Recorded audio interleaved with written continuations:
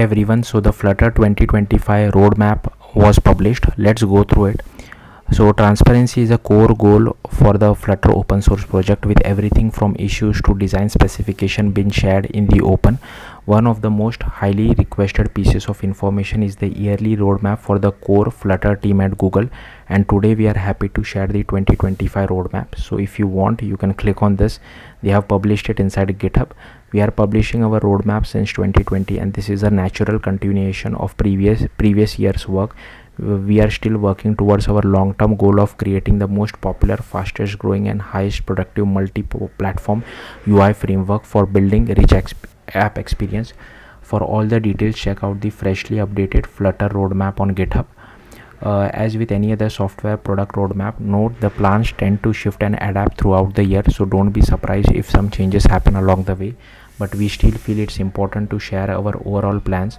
Also note that we are listing here is primarily content gathered from those who work on Flutter as employees of Google.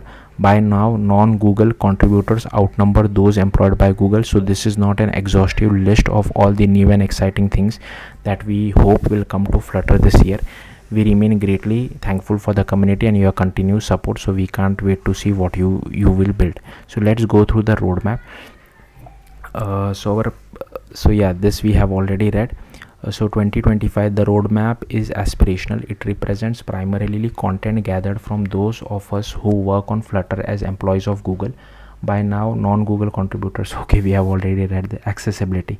In 2024, we completed validation of several key use cases for accessibility on mobile platform iOS and Android. In 2025, we plan to focus on further accessibility support for the web platform.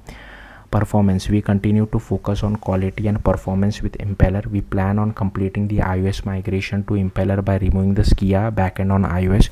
On Android, our focus is on modern Android devices, specifically those that supports Android API level 29 or later, where we expect to make Impeller the default. We saw issues in 2024 on older devices, and for now we expect to keep Skia supported on those devices.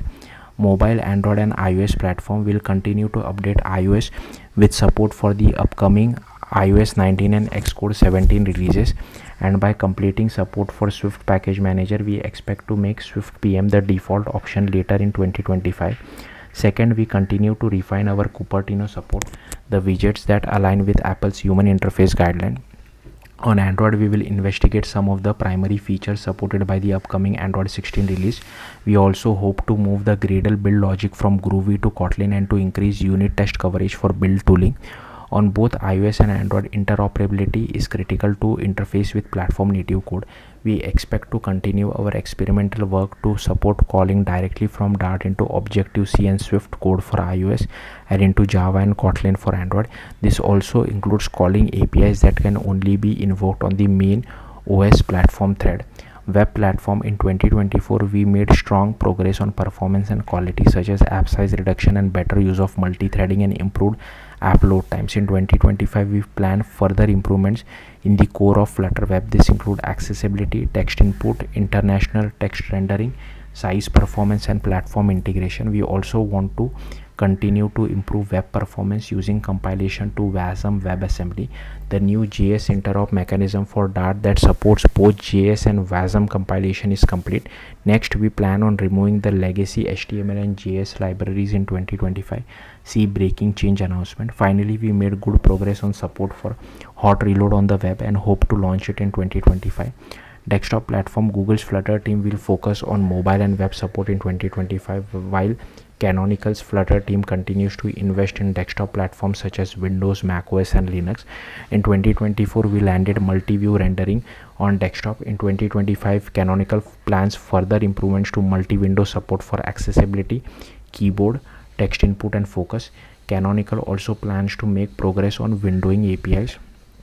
Core framework, we are investigating a number of changes with a goal of reducing unnecessary verbosity in Flutter widget code. tooling and AI, will continue to integrate with AI solution to offer AI assistant for core programming tasks. We'll continue to invest in our suite of tooling, which includes Flutter DevTools, VS Code, Android Studio, IntelliJ, and IDX. Additionally, we'll keep working towards always improving the edit refresh cycle and the overall developer experience. Dart programming language. In 2024, we concluded that supporting macros in Dart was not viable.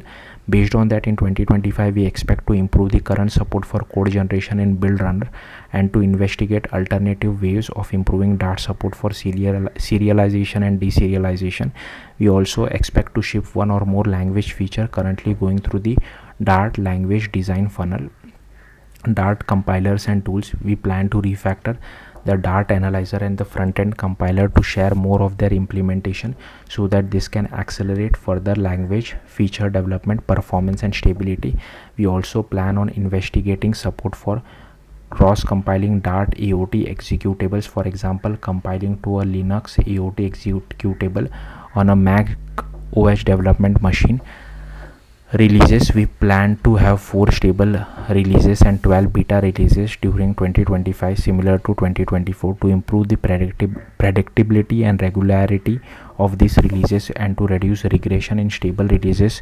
We'll invest in further test coverage. We also make investments to improve our ability to expedite the release of any needed hotfix patch releases. Non-goals. We are still not planning on investing in built-in support for code push or hot updates. For code push, our friends at shorebird.dev may have offerings of interest. For UI push, also known as server-driven UI, we recommend the RFW package. We are also not planning on adding any additional supported platforms. So yeah, that's it. Thank you for watching. Bye.